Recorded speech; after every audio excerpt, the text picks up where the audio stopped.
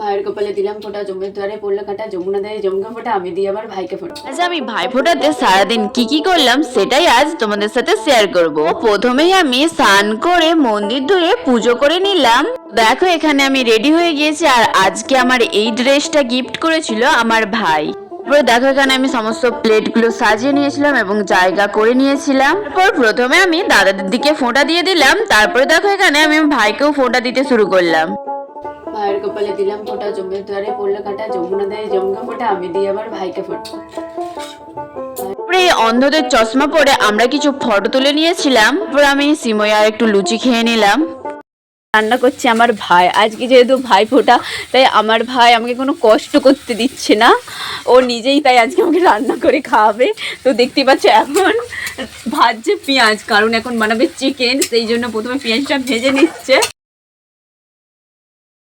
Last সঙ্গে দেখো স্থলপদ্মের কালারটাও কেমন পরিবর্তন হয়েছে। এবার দেখো এখানে ওর রান্নাও হয়ে গেছে, ও কিন্তু এই প্রথমবার নিজে নিজে চিকেন রান্না করলো। বেশ ভালোই হয়েছিল। তো আজকের মতো এইটুকু, দেখা হচ্ছে অন্য কোনো ভিডিওতে।